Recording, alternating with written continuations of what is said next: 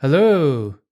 Last time, we showed that every impartial game is equivalent to a nim game with one pile, but we did not show how to find it.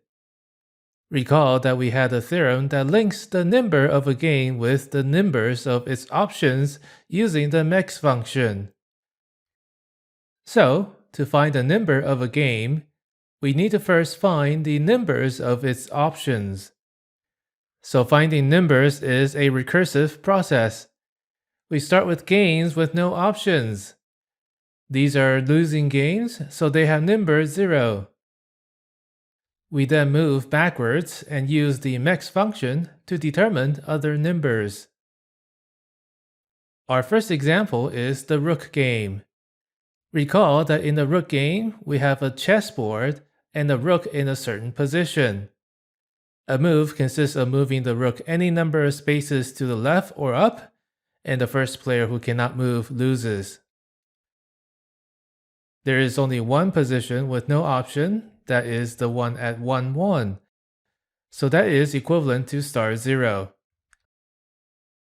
The rook at position 1-2 has only one option, which is *0, so the max of 0 is just 1.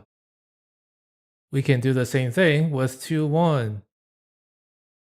Then for position 2-2, there are two options and both of them are *1. So the max of this is then just 0.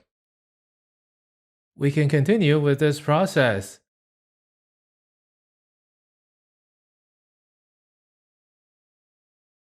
When we get to the position 2-4, we see that its options are equivalent to *1, *0, or *3. So 2 is the max of these three numbers, so this is equivalent to *2. Continuing on with this process, when we get down to 4-5, we see that its options are equivalent to 0, 1, 2, 3, 4, 5, 6.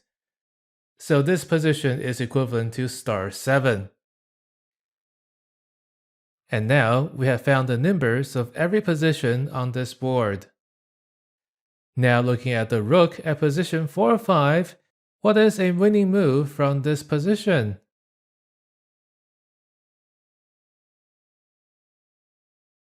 Well, we need to move to something that is equivalent to *0, and there is only one option that does that, so we will move to 4-4. And you can quickly see that this is essentially like a two-pile nim game.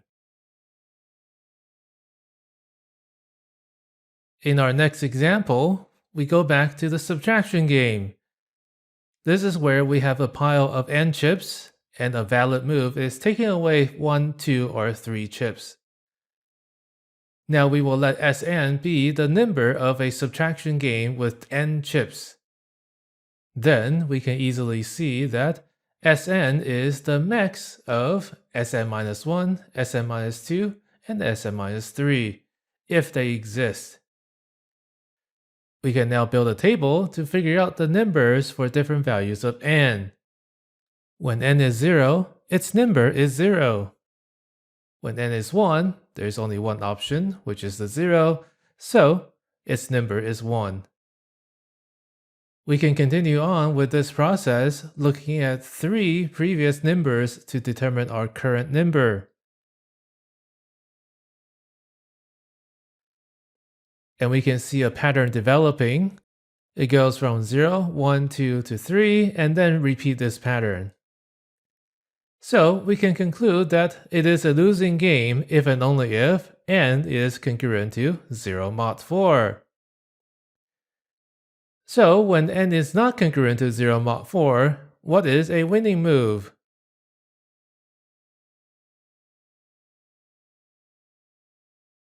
The winning move is remove just enough chips to the next multiple of 4. So for example, when n equals to 7, the next multiple of 4 down from 7 is 4, so the winning move is removing 3 chips. Now let's look at the subtraction game again, but this time the valid move would be removing 2, 5, or 6 chips. So then the nimber Sn is the mix of Sn minus 2, Sn minus 5, and Sn minus 6 if they exist. Once again, we can calculate the nimbers from 0 all the way up. Each time, we will look at 3 previous nimbers 2, 5, or 6 spaces away.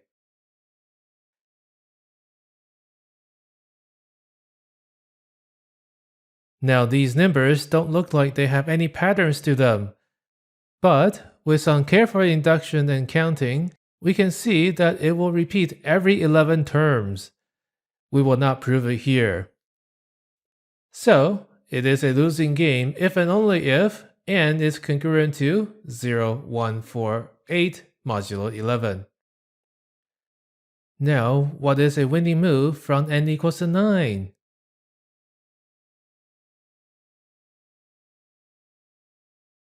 We look at the 3 options for 9, which goes down to 7, 4, or 3, and 4 has nimber 0.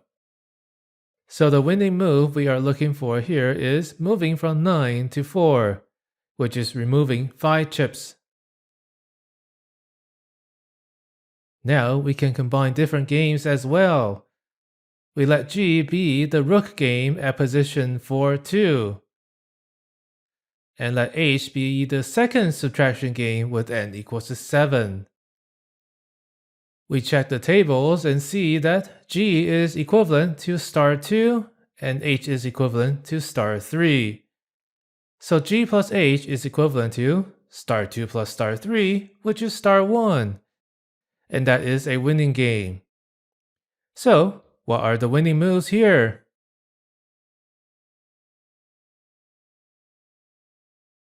We follow the same way we find winning moves in nim games. We can see that from H, 3 plus 1 is equal to 2. So from H, we will move to star 2. In this case, we see that the option of 7 that gives us star 2 is the option for 5. So we remove 2 chips in the subtraction game.